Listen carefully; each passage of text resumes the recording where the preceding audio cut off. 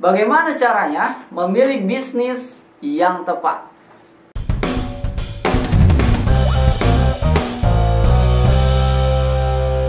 Oke, halo teman-teman semua, apa kabar? Selamat datang di konten baru CDM ya, Koinspirasi Digital Marketing buat teman-teman semua yang mau belajar marketing khususnya di dunia online. Jadi gimana sih, ada banyak orang yang mau memulai bisnis, yang mau memulai usahanya, yang mau memulai jualannya, tapi bingung memulainya dari mana dan memilih bisnis yang tepat seperti apa sih. Nah, saya udah nulis di sini teman-teman, ada 7 poin yang harusnya teman-teman catat juga nantinya. Kita ngobrol santai aja biar teman-teman semua semoga bisa memahami apa yang saya sampaikan di video kali ini. Nah, yang pertama, untuk memilih bisnis online yang tepat yaitu riset, teman-teman. Ini banyak orang nggak melakukan ini. Jadi orang itu kalau mau usaha, kalau mau jualan, jualan aja. Ini kadang-kadang mereka nyari produk aja, ya, tapi nggak ngeriset. Apa yang diriset? Marketnya, ya. Apa market itu? Apa maksudnya? Pembelinya. Ya, pembelinya kalian seperti apa, ya, marketnya seperti apa, nanti jualannya seperti apa, segala macam itu harus diriset. Nah, kalau saya selalu meriset itu. Contohnya saya punya Koinspirasi Academy. Di sana saya buka e-course The Power of Technical Analysis untuk trading dan investasi. Saya meriset orang-orangnya sehingga saya tahu di mana mencari orang-orang itu. Ya, kayak gitu. Jadi di riset dulu. Dan bukan cuma itu, saya punya banyak usaha-usaha lainnya yang selalu saya riset. Saya pernah jualan kosmetik, teman-teman, ya, kosmetik. Saya riset dulu orangnya dan saya bisa menjual hanya dalam waktu kurang dari 1 minggu. Saya udah dapat 20.400.000 kayak gitu. Itu kenapa? Harus di riset, ya. Jadi ingat, yang pertama adalah riset produknya, riset marketnya.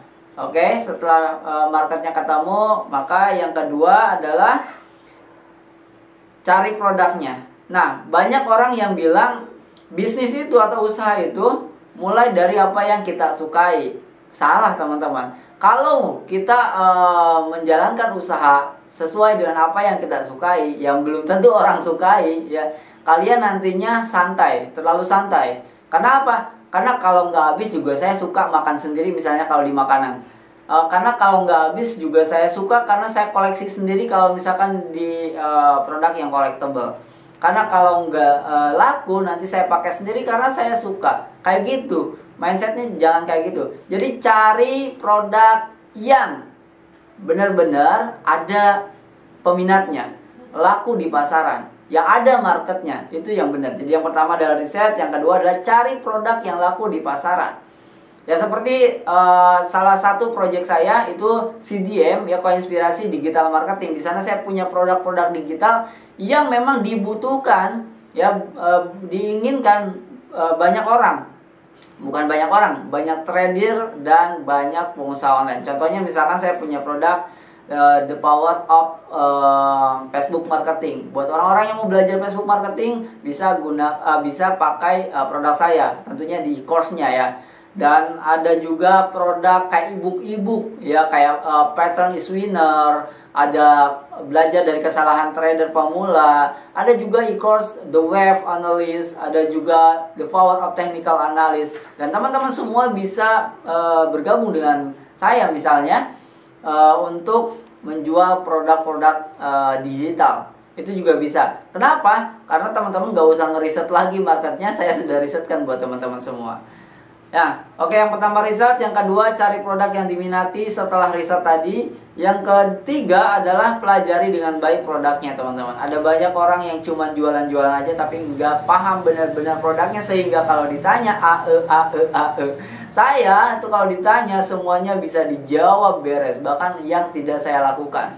Banyak kemarin teman-teman yang nanya tentang game Axie Infinity, yang nanya SLV, saya bisa jawab bersih semuanya. Karena kenapa? Karena saya senang belajar. Nah, pelajari produk-produk yang teman-teman ingin jual sehingga nantinya orang-orang yang mau membeli itu yakin seyakin-yakinnya. Kadang-kadang orang itu butuh, orang itu pengen produk kita, tapi ketika mereka mau membeli, pada saat bertanya kita tidak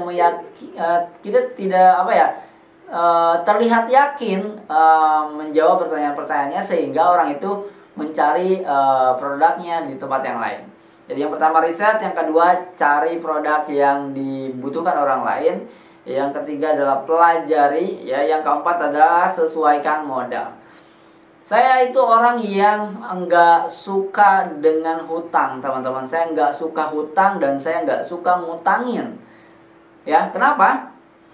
Karena itu terlihat memaksakan diri gitu ya. Kalau nggak mampu ya udahlah ya gitu ya. Kita berusaha lagi sekeras mungkin untuk mampu. Bukan kalau kita nggak mampu kita harus hutang. Salah. Makanya ini banyak banget menurut saya loh ya. Belum tentu benar, belum tentu salah.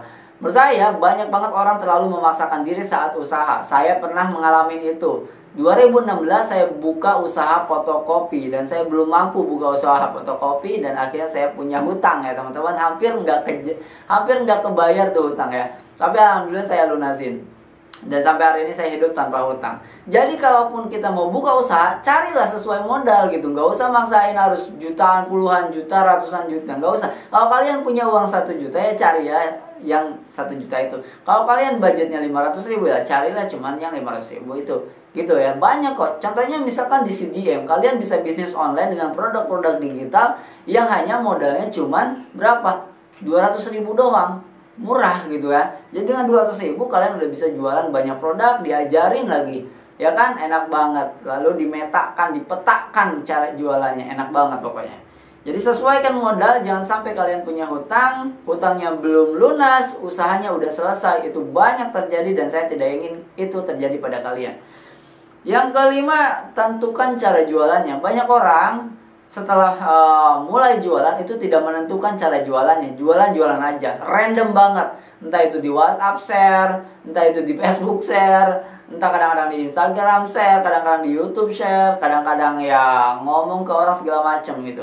Saya selalu punya saya selalu menentukan cara jualannya. Ya, jadi jangan asal-asalan, karena setiap market, setiap sosial media itu punya karakter yang berbeda, sehingga teman-teman tidak akan menemukan karakternya dari sosial media masing-masing, karena kalian random aja nggak menentukan strateginya. Jadi ya ini penting banget untuk menentukan cara jualannya, karena nanti strateginya berbeda. Nah, enaknya kalau kalian bergabung di tempat yang udah disiapkan kayak CDM, ya kan, teman-teman udah tahu harus ngapain gitu ya. Yang keenam adalah tentu saja teman-teman harus fokus dan sabar ya. Kenapa? Karena banyak orang nggak sabar. Baru juga belum apa-apa udah merasa gagal. Ya, belum apa-apa udah merasa susah. Belum apa-apa udah merasa saya kayaknya nggak bisa. Belum apa-apa udah merasa wah saya nggak bakat jualan segala macam. Sabar, fokus, pelajari dengan baik. Nanti juga ada hasilnya. Oke? Dan yang terakhir adalah action barbar, teman-teman. Kenapa saya bilang action barbar? Karena ya banyak banget orang tuh pengen doang, tapi actionnya nggak ada. Ada actionnya, tapi yang nggak usah action juga sekalian gitu. Ngelihatnya tuh kayak keong, tau nggak sih, lemot banget. Kalau saya tuh action barbar. Saya kalau bikin project, saya selesain projectnya, saya coba jualan sampai maksimal, sampai mentok. Kalau udah mentok baru tuh ya udah mentok namanya juga. Tapi kalau nggak barbar, santai, terus kalian gagal, ya bukan ya karena kalian santai gitu ya. Jadi action di sini harus barbar, teman-teman. Sama dengan jualan juga harus barbar, tapi dipetakan, dibuat strateginya ya.